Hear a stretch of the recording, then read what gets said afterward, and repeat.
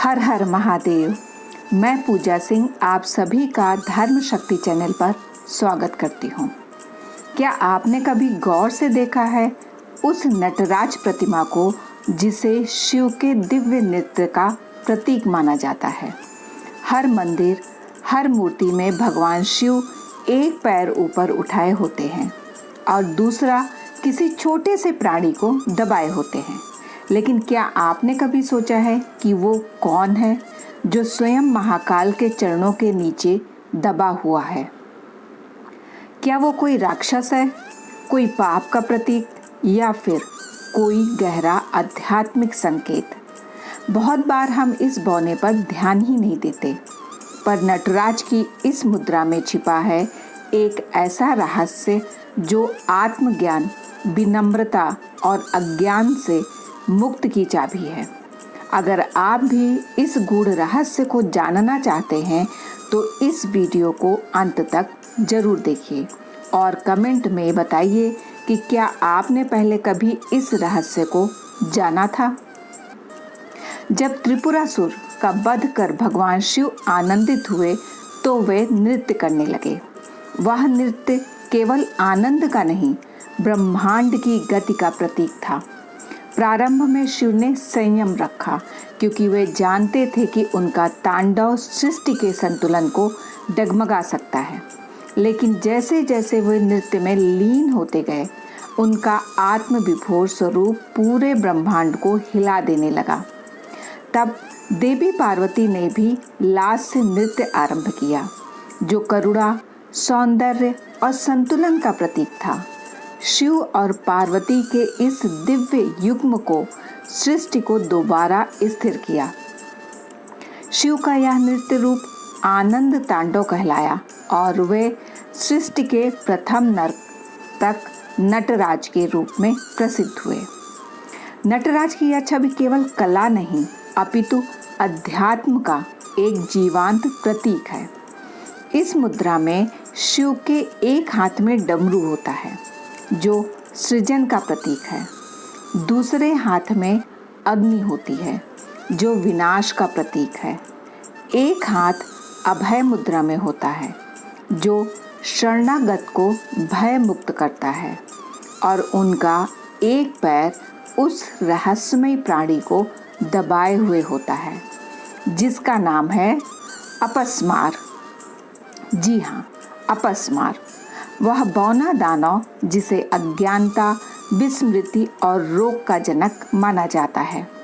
संस्कृत में आज भी मिर्गी को अपस्मार कहा जाता है। इसी से प्रेरित होकर योग में नटराजसन नामक आसन बताया गया है, जिससे मिर्गी जैसी बीमारियों से राहत मिलती है।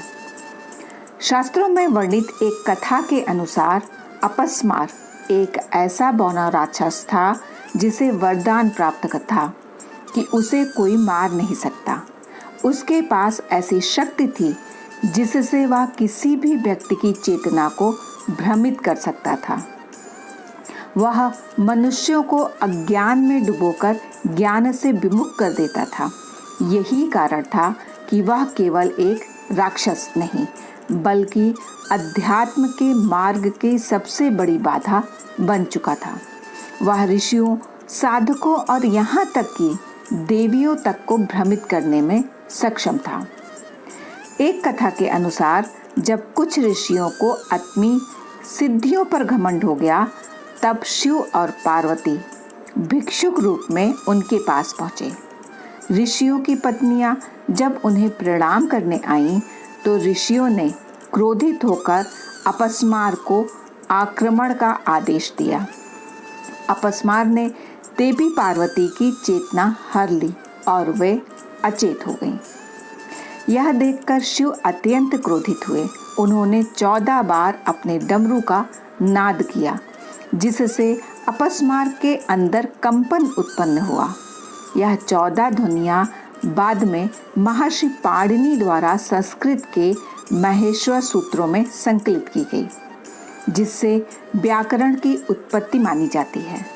उसके पश्चात भगवान शिव ने नटराज का रूप धारण किया और अपने एक पैर से अपस्मार को दबाकर तांडव आरंभ किया।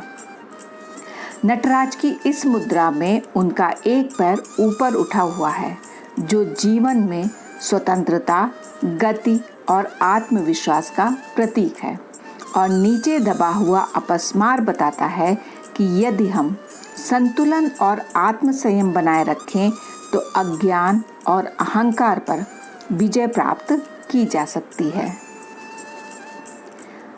अब एक महत्वपूर्ण बात, भगवान शिव ने अपस्मार का वध क्यों नहीं किया? क्योंकि वह अमर था। लेकिन उससे भी बड़ी बात यह थी कि अज्ञान अगर पूर्ण रूप से समाप्त हो जाए तो ज्ञान का मूल्य ही समाप्त हो जाएगा।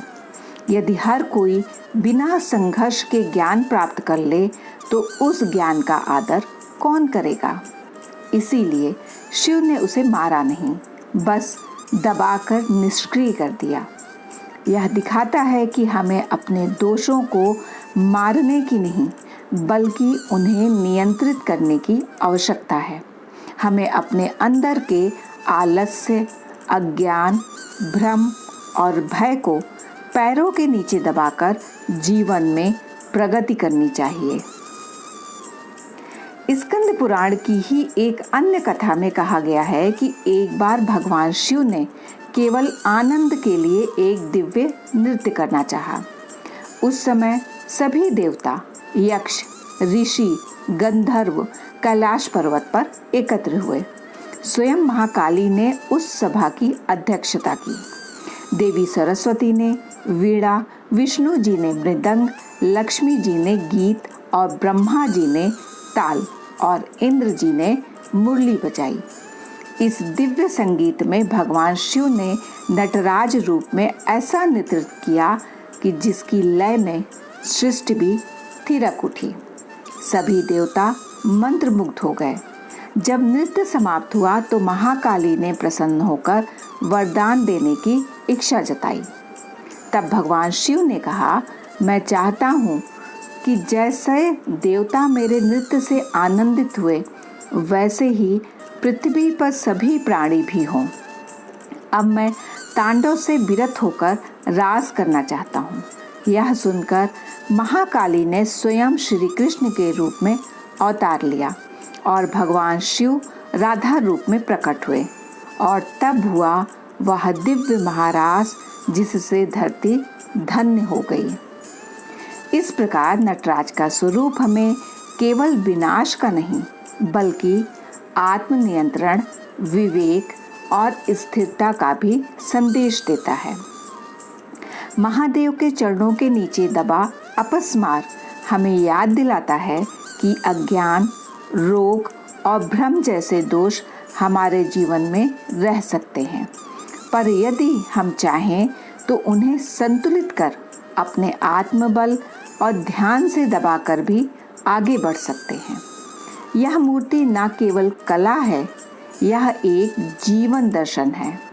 नटराज हमें प्रेरणा देते हैं कि हमारी चेतना जब तक जागरूक है, तब तक हम किसी भी अपस्मार, किसी भी अवरोध को अपने पैरों तले रख सकते हैं। यदि यह कहानी आपके हृदय को छू गई हो तो कमेंट करें, हर अज्ञान पर शिव का चरण हो, और वीडियो को जरूर साझा करें ताकि यह ज्ञान औरों तक भी पहुँचे। और जुड़े रहिए धर्म शक्ति की इस आध्यात्मिक यात्रा में, जहाँ हर कथा में छुपा है एक दिव्य संकेत।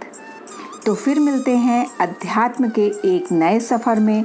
तब तक के लिए दोस्तों, राधे राधे, हर हर महादेव।